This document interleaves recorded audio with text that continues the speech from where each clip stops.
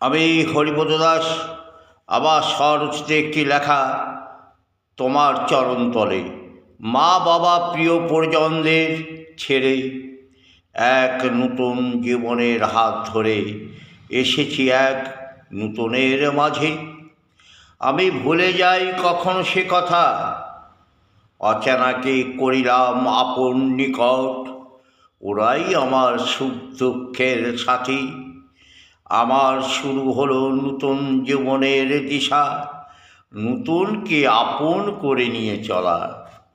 আমি নতুনের মাঝে এক অজানা নারী, নতুনদের সকলকে ভালোবাসা দিয়ে আপন করে কাছে টেনে নিয়ে আসা, তবেই তো আমায় বাঁচবে ভালো।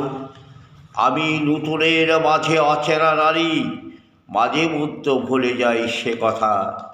প্রিয়, তুমি কি আমায় আপন করে চিরদিন কাছে টেনে নিয়ে রাখবে বুকে? আমি থাকবো তোমার চরণতলে। নমস্কার।